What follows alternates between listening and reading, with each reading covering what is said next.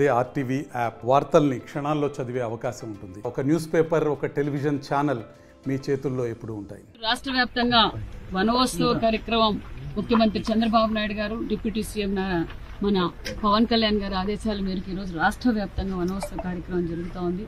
నిజంగా చాలా ఆనందం అనిపిస్తుంది. ఎందుకంటే చెట్టును కాపాడుకోవడం, పర్యవేక్షణ కాపాడుకోవడం మనందరి బాధ్యతగా ఈరోజు డిప్యూటీ సీఎం పవన్ కళ్యాణ్ గారు ఆదేశించారు. గత 5 సంవత్సరాలు ఇలాంటి కార్యక్రమం ఎప్పుడూ జరగలేదు. ఈరోజు రాష్ట్ర వ్యాప్తంగా 1.5 కోటి మొక్కలు కూడా ఈ రోజు ఈ సంవత్సరంలో మనం ప్లాంటేషన్ చేయబోతున్నాం. అదే విధంగా ఈ డిస్టిక్ లో మన సత్యసాయి డిస్టిక్ లో కూడా 25 లక్షల ప్లాంటేషన్ కూడా మనం చేయబోతున్నాం. అదే విధంగా పర్యావరణాన్ని కాపాడుకోవాల్సిన బాధ్యత ప్రతి ఒక్కరిది ఉందని కూడా నేను తెలియజేస్తున్నా.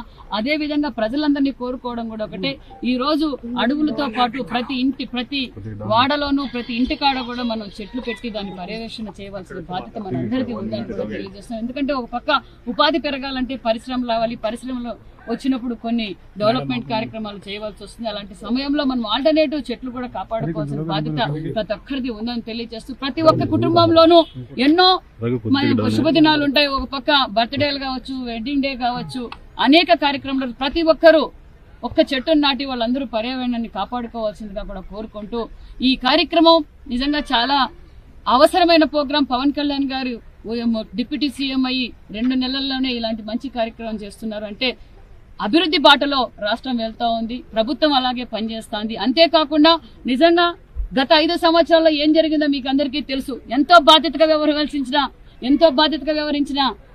వ్యక్తి ముఖ్యమంత్రిగా ఉన్న జగన్మోహన్ రెడ్డి అలాంటి మీటింగులు పెట్టినప్పుడు చెట్లు నరికి పరదాలు కట్టి వచ్చారు. కానీ ఈ రోజు ఒక పక్క ముఖ్యమంత్రి గారు కావచ్చు, డిప్యూటీ సీఎం పవన్ కళ్యాణ్ గారు కావచ్చు, చెట్లను కాపాడండి, చెట్లు కాపాడవలసిన బాధ్యత ప్రతి ఒక్కరిది ఉందని విషయాన్ని సందేశిస్తూ అందరినీ కార్యాచరణలో పెట్టడం నిజంగా చాలా ఆనందంగా, ప్రజలు కూడా ప్రతి ఒక్కరు బాధ్యతగా వహించవలసిందిగా కోరుకుంటున్నాం. అదేవిధంగా మా పెనుగొండ నియోజకవర్గంలో కూడా సుమారుగా 2 కోట్లతో ఈ పార్క్ ఏర్పాటు చేయబోతున్నాం. ప్రజలందరికీ అవేర్నెస్, ఒక యోగా సెంటర్, అలాగే పిల్లలు ఆడుకోవడానికి ఒక పార్కు, గేమ్స్, అదేవిధంగా ఫుడ్ కోర్టు అన్ని కూడా ఏర్పాటు చేయబోతున్నాం అనే విషయాన్ని కూడా మీకు తెలియజేస్తున్నాం. మరిన్ని వీడియోస్ కోసం ఛానల్ ని సబ్స్క్రైబ్ చేయండి, లేటెస్ట్ అప్డేట్స్ కోసం వాట్సాప్ ఛానల్ ని ఫాలో చేయండి, అండ్ లింక్ డిస్క్రిప్షన్ లో ఉంది.